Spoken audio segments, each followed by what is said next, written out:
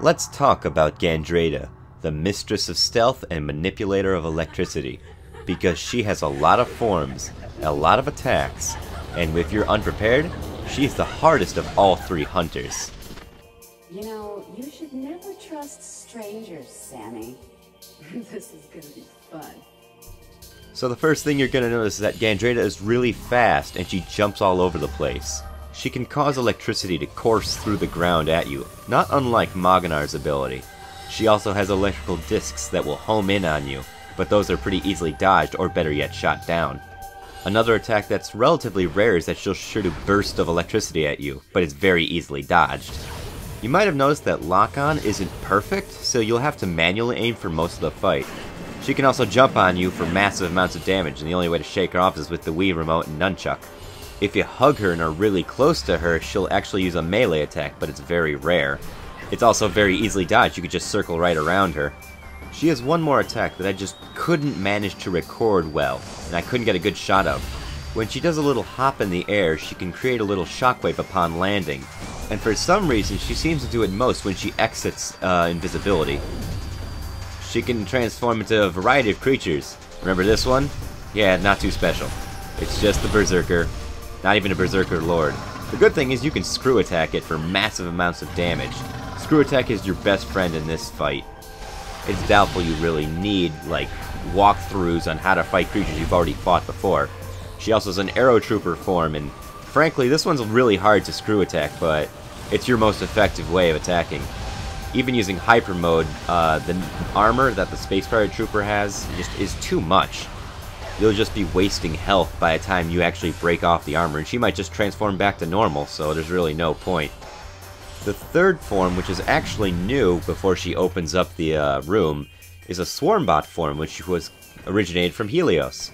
This one just rushes at you, so it's purely melee. You can just run right around it in circles. Really, there's no big deal.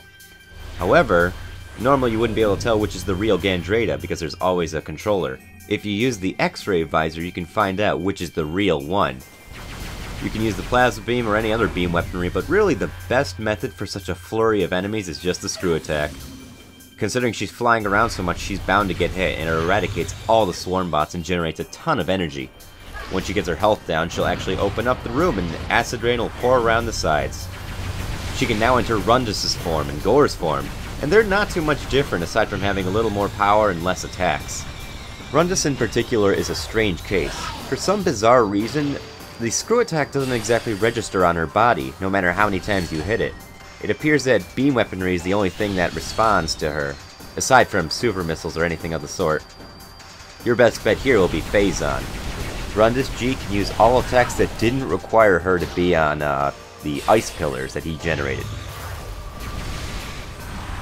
Now as for Gore, Gore functions exactly like when you first broke off the energy shield, in which he would then evaporate the fuel gel. However, the screw attack does register on her and does a ton of damage. Gore's form is actually a little easier than Rundus in that regard.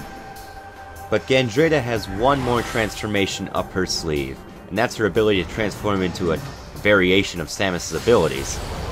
She can use the boost ball, a electrical cannon, and a shockwave. Boost Ball is very fast and doesn't register on your radar. Her electrical cannon fire can easily be jumped over, considering it's so land-based.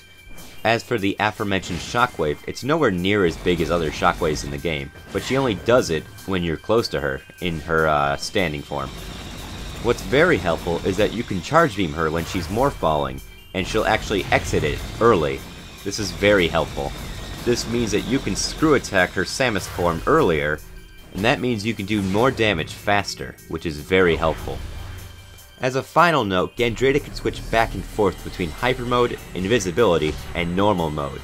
Hyper Mode overloads your X-ray visor, so make sure you're careful. You still have the ability to screw attack her when she's invisible, but it's a little more difficult to register a hit because you don't know where she is. But that's it for Gandrayda. All that remains is this rather unpleasant scene.